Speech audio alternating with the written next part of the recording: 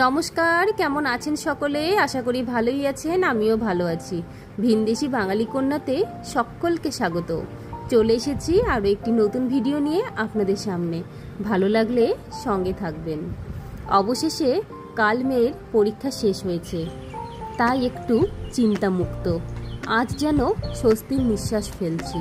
কদিন ধরে যা টেনশন গেল, যাই হোক আজও সেই স্কুলে গেছে। আর সেই স্কুলে যাওয়া মাত্রই আমি বেরিয়ে পড়েছি একটু প্রকৃতির মাঝে।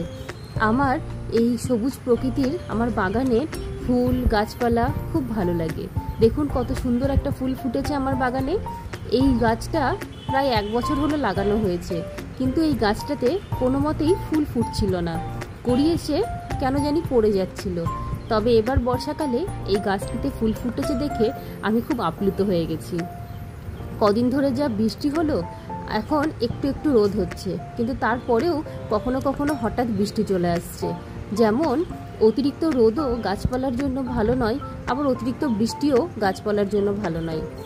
যাই হোক, বৃষ্টির জন্য গাছপালাগুলোকে, ঘরের গাছগুলোকেও বাইরে করে দিয়েছি। গাছগুলো বেশ সতেজ হয়ে উঠেছে, আর সকাল সকাল সবুজের মাঝে সূর্যের কিরণ পড়ছে, কত সুন্দর লাগছে দেখতে। প্রকৃতি হলো জীবনের আদি উৎস, যেখানে প্রতিটি সুর নতুন স্বপ্ন জাগায়। প্রকৃতি কখনোই আমাদের সাথে প্রতারণা করে না, তাই প্রকৃতির মাঝে নিজেকে বিলীন করে দিতে সত্যিই খুব ভালো লাগে। ওই গাছটিতে অনেক জবা ফুল ফোটে, কিন্তু বাইরে থেকে কেউ না কেউ পুজোর জন্য লাঠি নিয়ে এসে তুলে নিয়ে চলে যায়। আর পুজোর জন্য নেয় বলে কিছু বলতে পারি না, আর কি করা যাবে।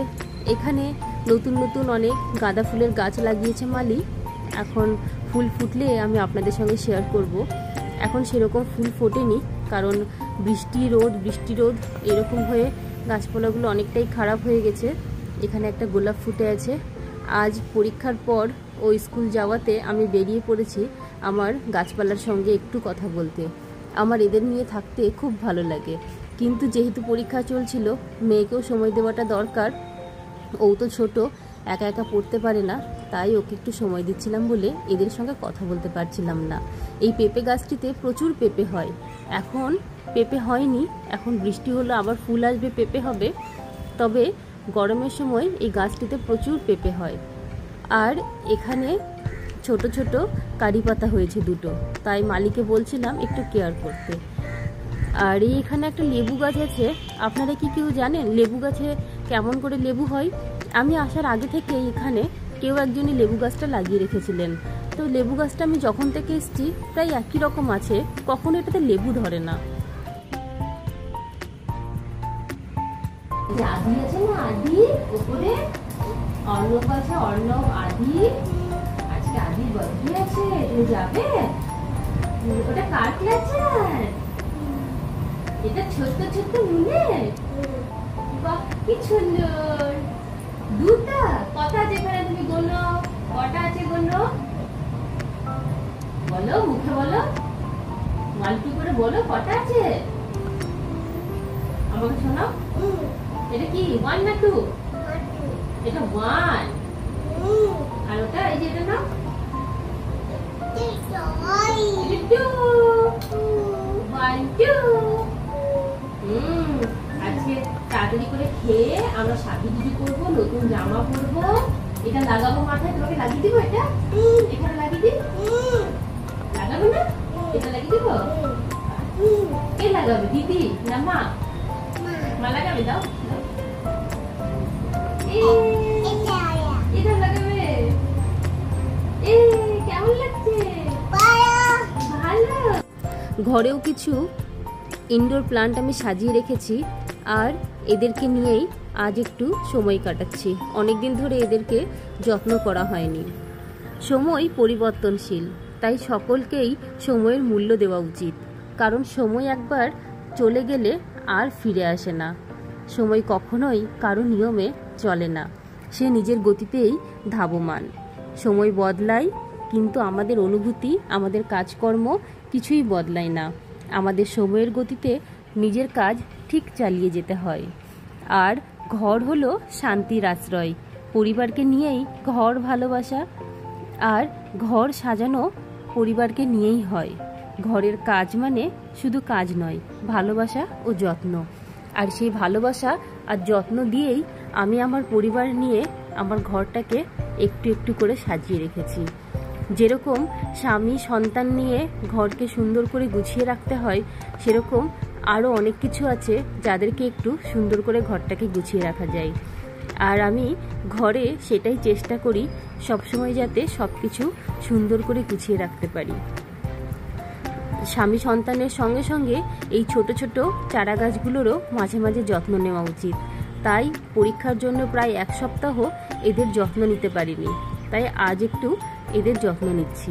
যত আমার ঘরে ছোট ছোট প্লান্টগুলো আছে আমি সাজিয়ে রেখেছি ডাইনিংয়ে শোপিস করে, তো সেইগুলো আজ একটু ধুয়ে দিলাম আর জলগুলো চেঞ্জ করে দিলাম।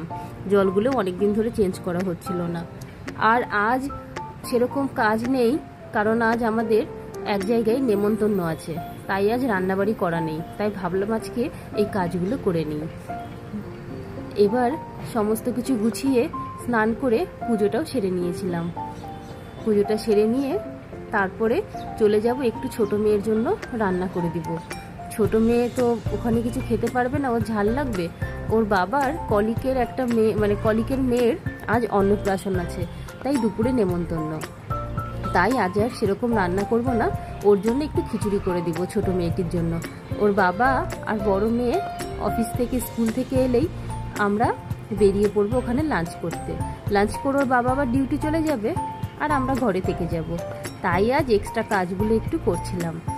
সমস্ত কাজ সেরে পুজো করে একটু খিচুড়ি বসিয়ে দিয়ে এখন ওয়াশিং মেশিনে কাপড়গুলো হয়ে গেছে। আমি ভাবলাম যে কাপড়গুলো একটু শুকোতে দিয়ে দিই, তাই কাপড়গুলো শুকোতে এলাম। অনেক দিন আপনাদের সঙ্গে গল্প করা হয়নি, তাই ভাবলাম যাই আজকে একটু ঘরের কাজগুলো দিয়েই আপনাদের সঙ্গে গল্প করি। আপনাদের সঙ্গে গল্প করতে খুব ভালো লাগে। আর আপনাদের আমার গল্পগুলো কেমন লাগে? যদি ভালো লাগে তাহলে আমার সঙ্গে থাকবেন। মাঝে মাঝে আপনাদের সামনে আসতে বেশ ভালো লাগে, আর আপনাদের সামনে মনের কথাগুলো তুলে ধরতে তার থেকেও অনেক বেশি ভালো লাগে। সেই জন্যই আপনাদের সামনে আসি। ঘরের কাজগুলো করেও একটু সময় বের করে ইচ্ছে হয় যাই একটু সবার সঙ্গে গল্প করে আসি। সেজন্য মাঝে মধ্যে কিছু গল্প নিয়ে চলে আসি। মোটামুটি সব কাজ প্রায় শেষ হয়ে গেছে। এবার ছোটটিকে একটু খিচুড়িটা খাইয়ে দেব। বাইরে রান্নাঘরে তো বসে এসেছি, কাপড় মেলতে মেলতে আশা করি খিচুড়িটা হয়ে যাবে। গিয়ে ওকে খাইয়ে ওকে স্নান করিয়ে একটু রেডি হয়ে যাব। ওর বাবা আর বড় মেয়ে এলেই আমরা বেরিয়ে পড়ব।